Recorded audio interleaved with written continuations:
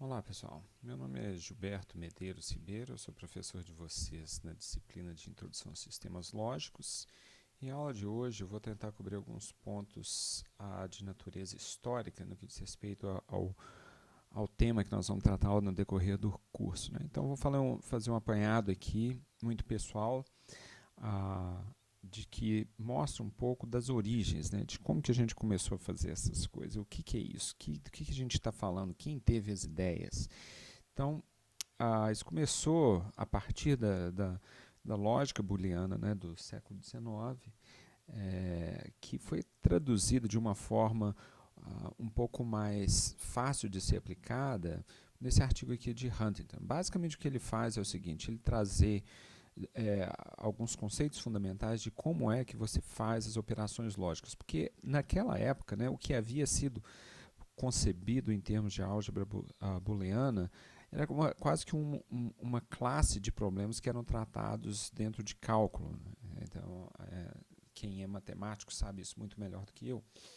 E era algo bastante abstrato e puramente matemático. Então, à medida que se tem-se esse interesse de trazer algo um pouco mais aplicado, o que se faz é isso, a ter uma estratégia um pouco reducionista para que vocês possam ter uma maneira mais fácil de aplicar. Então, em 1903, basicamente o que o Huntington faz são os postulados, no qual ele define o que é uma função AND, uma função OR, I ou OR, relações diádicas entre duas variáveis, por exemplo.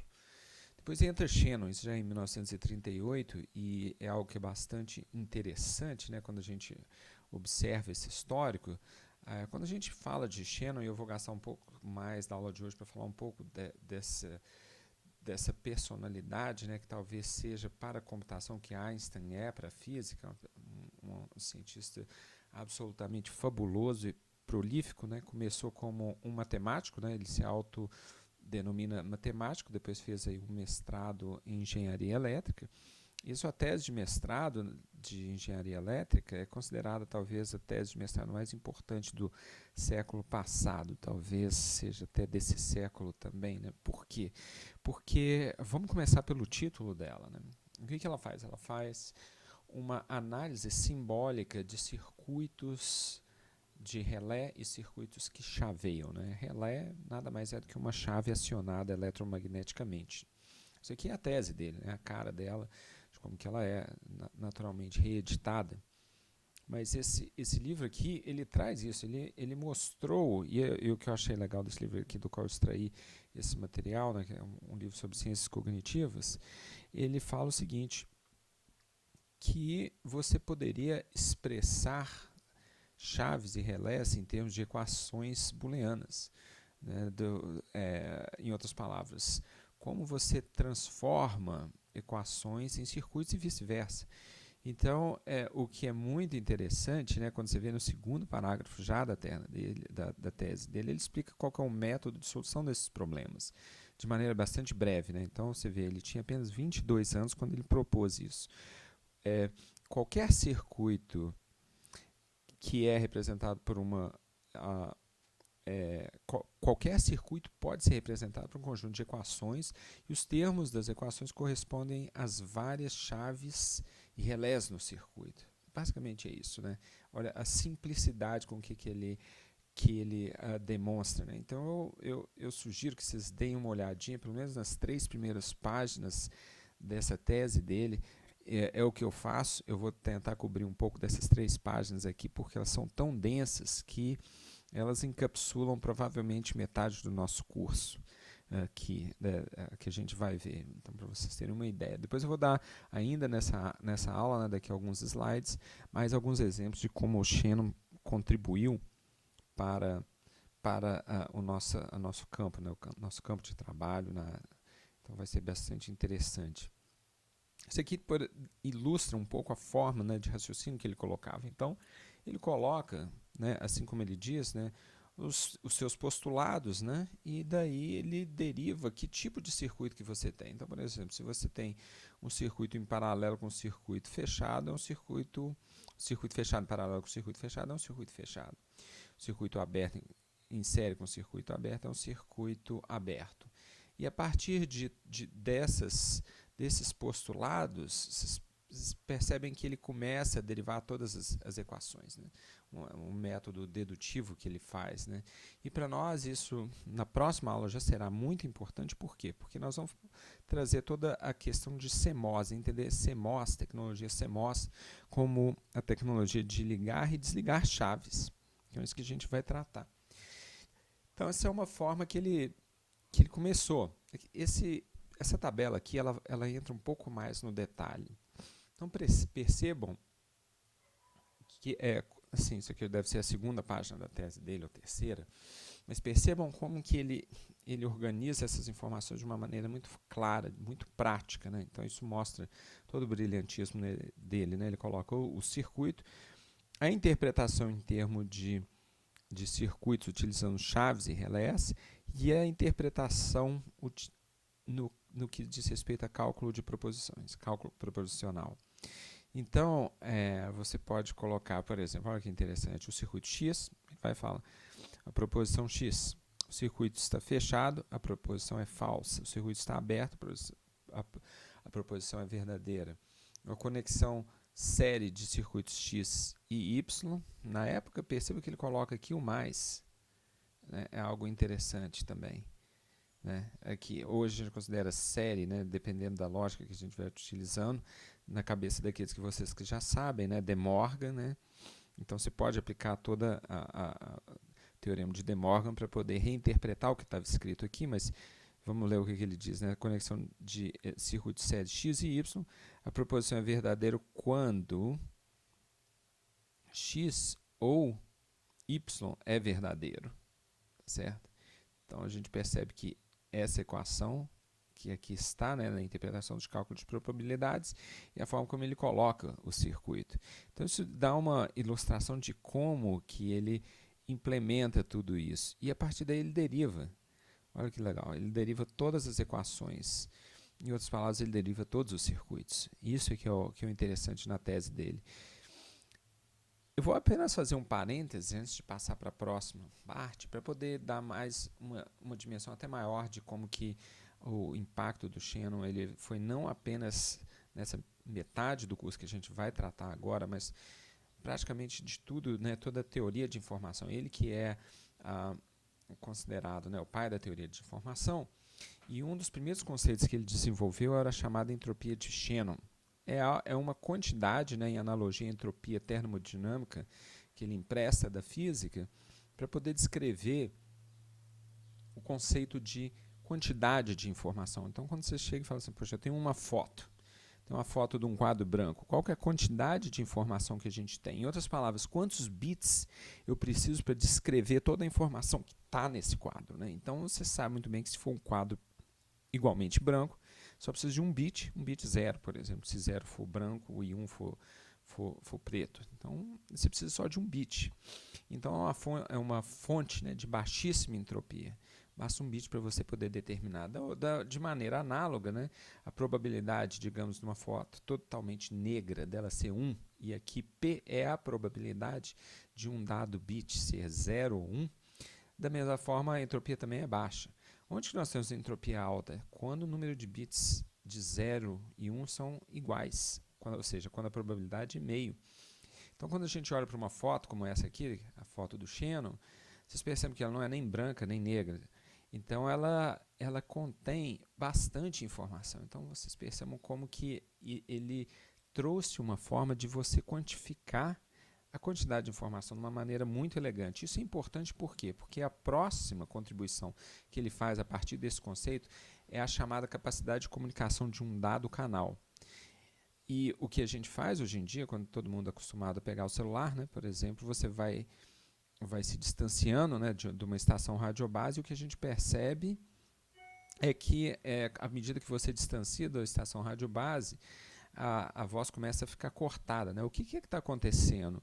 Você tem que começar a inserir bits, né, para fazer correção de erro. Isso é feito dinamicamente quando a gente está lidando com transmissão via celular. Então, isso é algo que é interessante de como que a Shannon ele fez toda essa esse formalismo para poder dizer qual a capacidade máxima que um canal pode conduzir. Esses conceitos hoje eles são utilizados seja em telecomunicações, seja na forma que a gente grava dados, seja, por exemplo, CD, é um caso bastante interessante, e também nas memórias flash, né, nos pendrives. Por quê? Porque há muito erro e os dispositivos falham bastante. Então, você precisa codificar para poder recuperar a informação.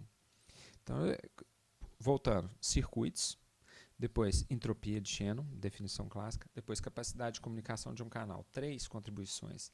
Por fim, e essa outra nós vamos explorar ao longo do curso, que é a chamada One-Time Pad, que é uma criptografia inquebrável. One-Time Pad é uma tecnologia, né, de cifragem, foi desenvolvida por Gilbert Vernon, e o que Shannon mostrou que ela é inquebrável. Ou seja, é impossível você decifrar uma imagem que tenha sido cifrada com One-Time Pad. Como que funciona isso? Você tem uma tabela, né, como está aqui esse desenho aqui, de números aleatórios, tá certo? E para cada número que você tem dessa tabela, você faz uma operação lógica, né? No caso, é uma operação lógica de ou exclusivo, e você faz essa operação lógica de ou exclusivo, e a partir daí você cifra toda a mensagem. Isso é impossível que você consiga decifrar essa mensagem. Então, essa criptografia inquebrável, nós vamos fazer mais para frente um trabalhinho, um exercício, foi o outro trabalho que ele apresentou. Isso ele fez durante a guerra. Né? Então, a tese dele foi em 1938, esse trabalho do One-Time Pad foi em 1945, que pôde ser publicado por conta das questões da guerra, ele não pôde publicar antes. E depois, em 1948, foi toda a teoria de informação. Então, no espaço de 10 anos, ele fez uma quantidade de produção, né, científica absolutamente excepcional. Né?